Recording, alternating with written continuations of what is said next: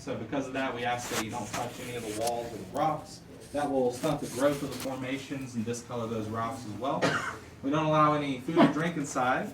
You guys can take pictures if you want though. You can use flash photography and video cameras. If you are taking pictures, try and make sure you're staying with the groups. We do that. And we also ask that you don't use personal flashlights. The last thing is just make sure you're wearing your mask the whole time, and we're pretty much good to go. So you're going in here before me. There's an orange cone over on the right-hand side after you go around the first corner. So watch your heads. Watch your heads going around the corner there. Please stop that cone. Oh my gosh, this is so cool. Is this not even it? We are not even it. I do feel like we get strong. Don't touch each other.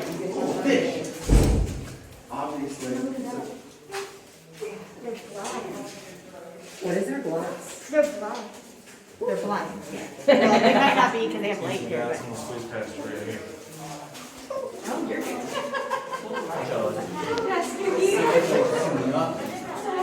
So first thing we can talk about is the temperature in here. Actually, we're going to be letting the group pass by. If you guys will slide over to the right side real quick, we're going to a little bit of space. Turn here. It's 52 degrees Fahrenheit and it stays the same temperature year round. We do have some fish in here, the trout, rainbow speckled and brown trout, native to this area. Those fish are really important to us. They're the reason that Linville Caverns was discovered. It was discovered back in 1822 by fishermen.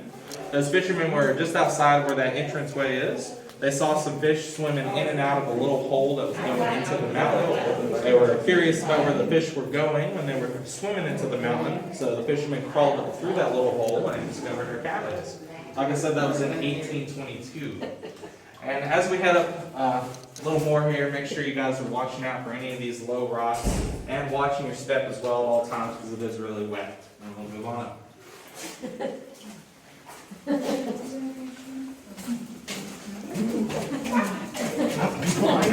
People I don't want to. Please do. That's Isaac. Oh, I'm not afraid to. What? Just stop right about there. Up a little bit more. So hopefully we can get everyone in this section here. It's Isaac. Stop. I heard you. Here comes So there are 3 levels to these caverns. We're currently standing on the middle level, which is considered the main level. Our lower level has been closed off due to COVID, unfortunately. So you have to go through a really narrow section. You get very close to each other to get up to that, so we won't see that one today. We will, however, be going into one upper level room. There are 8 upper level rooms in here. The reason we only go into one of those is because most of them have really thin floors. A good example of an upper level room we don't go into is right here in front of us. Y'all can see the floor is pretty thin. It's only a few inches in depth in some places there, so this would not be strong enough to support a whole group of people. Or even one person. Fine. Or even maybe one person. One person. Maybe. I'd still wouldn't. I wouldn't test it. I would not test that. Yeah, you I will. probably don't want to go up there. So that's just an example. Anyways, like I said, we got 8 of those rooms, but we do go into one that is safe. We're going to move up some more here. I would recommend sticking close to this chain because there's all the low rocks coming up to your right side here. Try to avoid those. We get Isaac.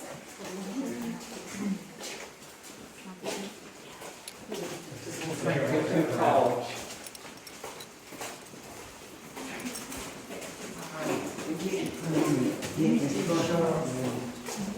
We'll stop right there.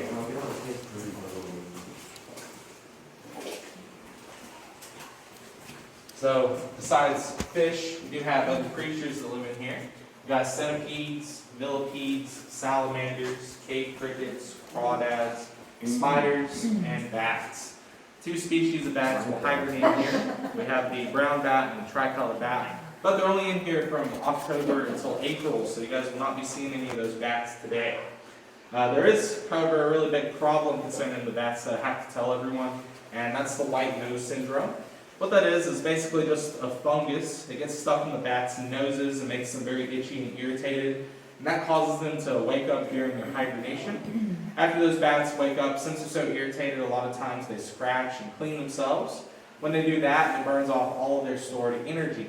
So they have to try and replenish that energy. But since they're woken up during winter time, there is no food for them, and they end up starving or freezing to death. So that's why it's such a big problem. The reason I have to tell you about all that is because that fungus is here in the caverns, and you can track it on your shoes when you walk through here. So after the tour, I'll direct everybody to a mat. I'll spray the mat down with a bleach solution and just have you step on it real quick. And hopefully that will kill off any fungus you may have tracked on your shoes, just to try and make sure you don't take it to any of the caverns that are already infected. So that's why you'll be stepping on that mat. Now that we got all that out of the way, I can talk about a formation real quick. It's right up there, if you can see there where I got my light.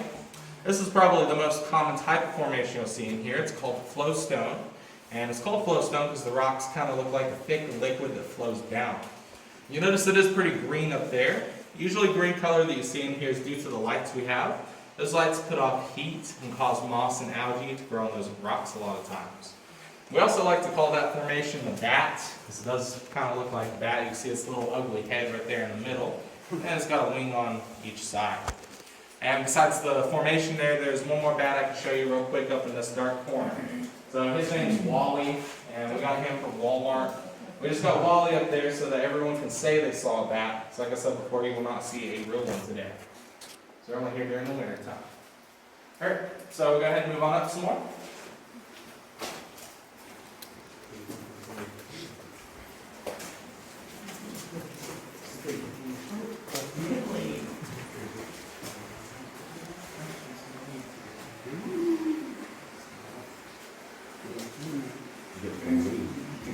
So we'll talk about this fireplace looking area right here next. This is called the deserter's fireplace. It has a little bit of history that goes along with it. During the Civil War, there were some soldiers who came down here to hide because they didn't want to fight in that war. When those soldiers came down here, they found a sandbar. Part of it is still in front of us today, but of course it would have been a lot bigger back then, so there was much more space for them. It was drying up on the sandbar here. They were able to build fires, keep themselves warm, cook all their food. We also found a few tools and a cobbler's bench, so we think they were making some shoes while they were down here. Most likely selling those shoes to the local people in exchange for food and supplies. But one thing the soldiers never really thought about that eventually got them into some trouble is where the smoke from their fires was going. So smoke from all their fires was going up through little cracks in the ceiling that are called fissures. Smoke made its way through those fissures sort of like a chimney, making it all the way up to the mountaintop, making that mountain look very smoky. Because of that, the soldiers were found out about a year after they started hiding in here, and they were all arrested for treason. So that's what ended up happening to them. And it's also the only people that we know of that ever lived in one of the caverns. So that's pretty much all I can say about that. We'll be heading up to the right up here. It's a pretty wet ramp, just make sure y'all watch your step.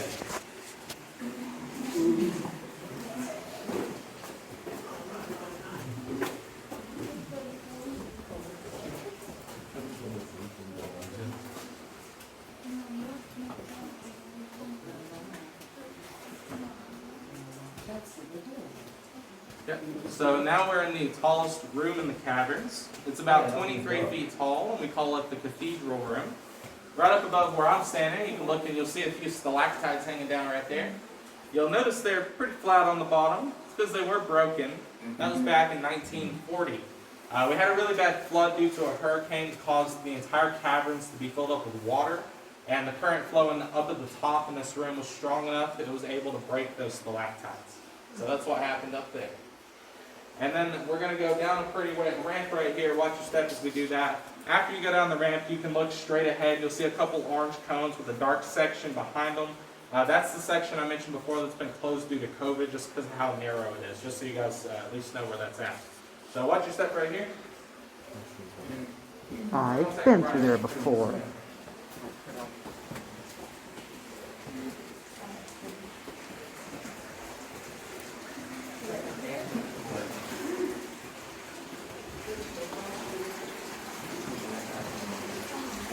That's weird.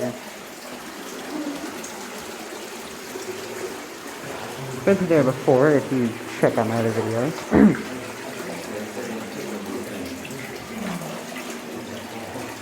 Let everyone catch up. So in a moment when we walk through here, not everyone can see it right now, but there's a formation you can check out on your way through on the right side up here. Right up there we call that the volcano scene. So it kind of looks like a little mountaintop up there with glowstone floating down the sides of it, kind of like lava would. And then no matter where you're standing in here, you're pretty much always going to be surrounded by a certain type of limestone. It's called shady dolomite. You can see it really good right here in front of us. It's just this gray rock. So shady dolomite is known as the mother rock of the caverns because about 85% of the mountain range is made up of that limestone right there. So that's why you're going to see it everywhere. And we do not have any precious gemstones or minerals in here. Nothing worth money like gold or diamonds. We do, however, have one semi-precious gemstone right here. This is called carnelian or cave onyx. It gets that orange color from iron oxide. We do actually sell some of this up in the gift shop, but nothing we sell actually comes out of Linville Caverns because this place is state and federally protected, so we're not allowed to remove anything. Even if we were allowed to remove this, we probably wouldn't bother because a piece of it this big is worth about a dime, so it is incredibly cheap. But you can see we do have a lot of it right here. Just try not to hit your head on it. Taller folks right there. Move on up.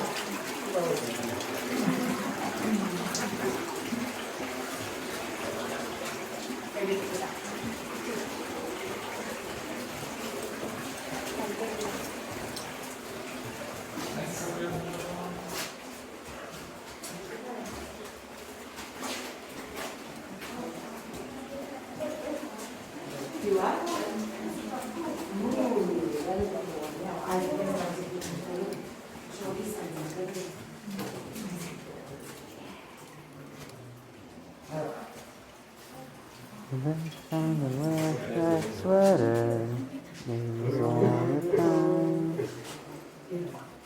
So this is one of the smaller sections. Like before, kind of, some people in the back won't see everything immediately. So as you walk through here, take your time, take a picture if you'd like. Try not to take too terribly long, though. I want to try to keep everyone together as much as I can. And we'll be waiting on you at the next section after I'm done talking about this. So the two formations you can look at right here. First we have this big green stalactite. So this is the oldest and largest stalactite in Linville Caverns. For formations like that one, it'll take roughly 125 years for just 1 cubic inch to grow at the bottom. So you can just imagine how old that thing must be. And it's actually not the oldest formation in here, just the oldest stalactite. Our oldest formation is flowstone, and it's right behind me over here. You can see right up there we got my light. We call this one Frozen Niagara, because it kind of looks like a frozen waterfall. And it's estimated to be between 3 to 6 million years old. Okay, so I think we're good to move on. Like I said, people in the back, stop to take a picture if you want. Taller folks, as we head up this way, we are going under 2 low rocks, so just make sure you're being real careful. Watch your head. I think we'll be fine.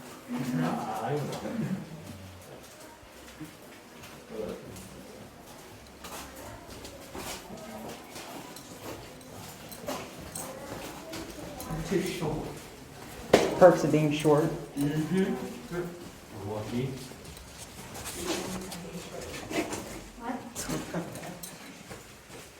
Oh, now I got a duck. So we're going to move on up these stairs so this group can pass by. Just watch your steps, they're really wet.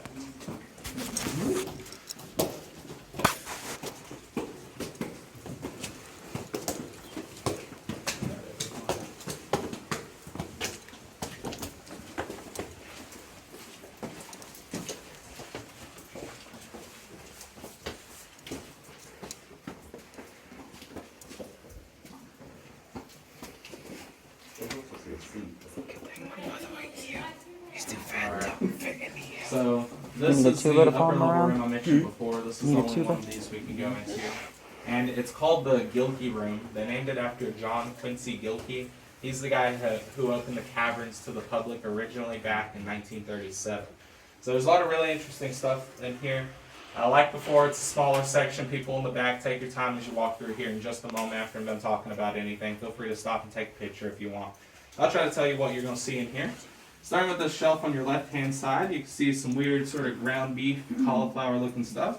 That stuff right there is called cave coral. We also have these little pools of water, which, mind you, are a little dried up right now. We haven't had a lot of rain lately. But you can see the smooth stone around the edge of those. The pools themselves are called drip pools, while the smooth stone that forms around the edge of the drip pools is called rimstone. You also see a few smaller stalactites and stalagmites in here. Those formations will grow together sometimes, like right here, and right up here as well, forming what's known as a pillar or a column. If you look around on the walls, you'll notice a few different colors. Any of the reddish orange that you see represents iron oxide, which is basically another word for rust. Do have some green, like I said before, that's generally going to be algae or moss due to the lights in here. In rare cases, this can also be copper or zinc. Any white color that you see represents calcium. Right down here we got some darker gray for manganese. And we got a little bit of lighter blue right up there. Not too much of that, but this is cobalt right up there. And then as you move up a little more, you see some more cave coral on your right side. Right there, it kind of looks like cooked ground beef. I call that little section Taco Bell. Not edible. Yes, that's where I'm going. Alright, so if y'all watch your step, going down some more stairs right over here.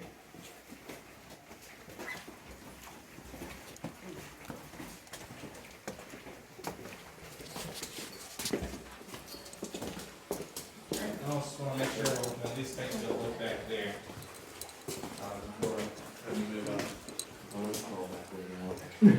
So that's just where the caverns continues on further. We just can't go any further just because of how small and narrow it is up there. Then after you take a look at it, y'all can group up anywhere in this room. Okay. I'll let everyone else see it. Big groups like this is really the only way to let everyone see it. Let's take a good look at there. That's where the caverns. It's more Chocolate milk, it's disgusting. That's where chocolate milk powder comes from. Oh, it goes in the door. Yeah, I said this. Oh, I never noticed it.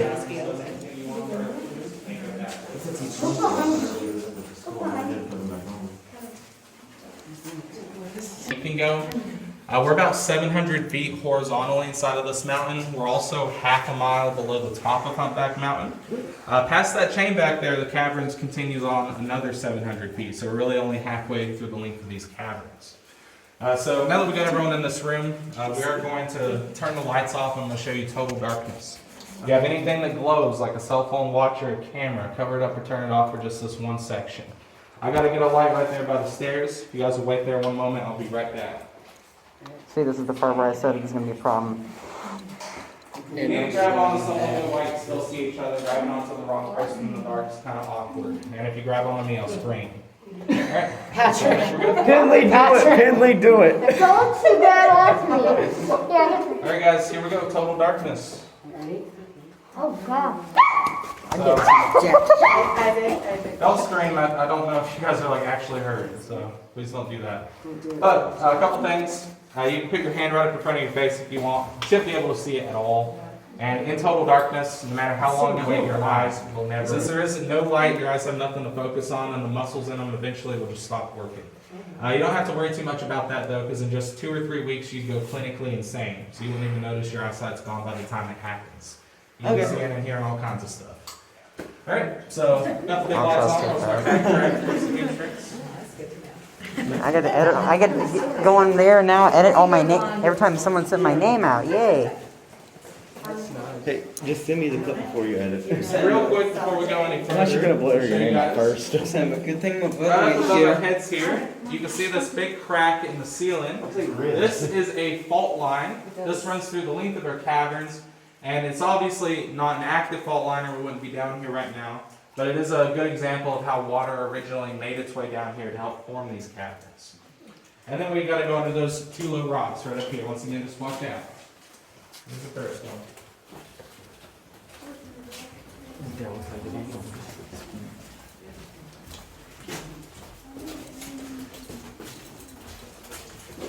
Second one right up here. That's like 17. Yeah.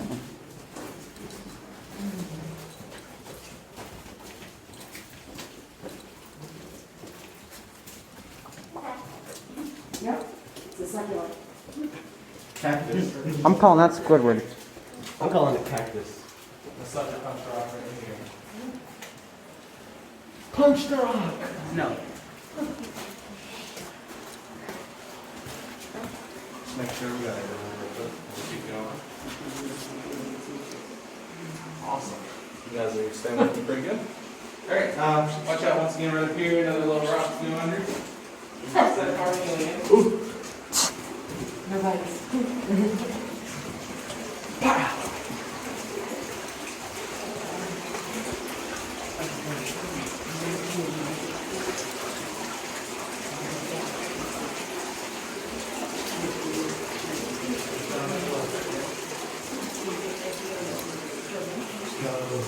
Yeah, go back there. I really wish we could have. That was fun. When I went here the first time. Yeah. What was back there? Well, as you said, it's very narrow. Well, I know that much. Well, you have to watch my other video, you know, that I uploaded. So we're gonna get out of the script's way. You'll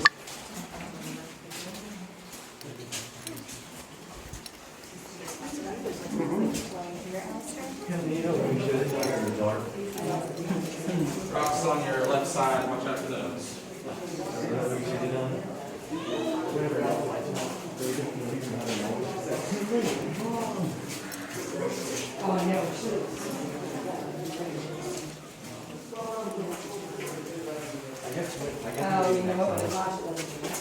You might see some fish on the way out if we get lucky. I seen some up at the creek. I was going to go camp fishing. I don't know if it's legal here. Not that season.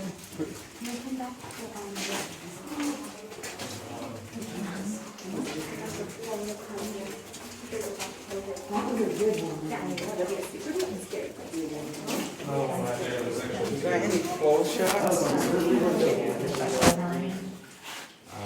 Four. I like camp fishing. Let's just grab it. I don't know. Amber. Yeah. No one's ever asked me that.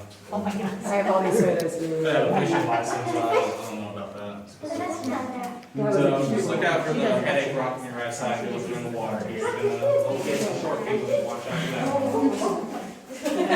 That's what he even said. Even though She's like, some people watch out.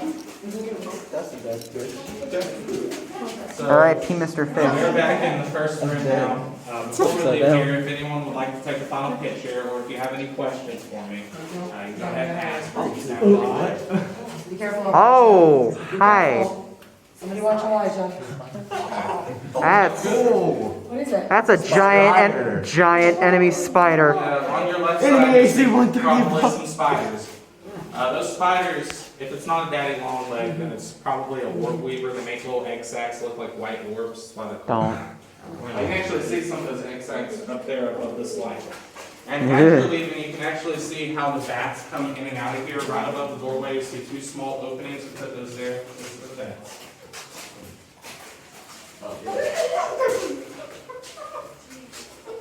Bat holes. That's a bit of frita.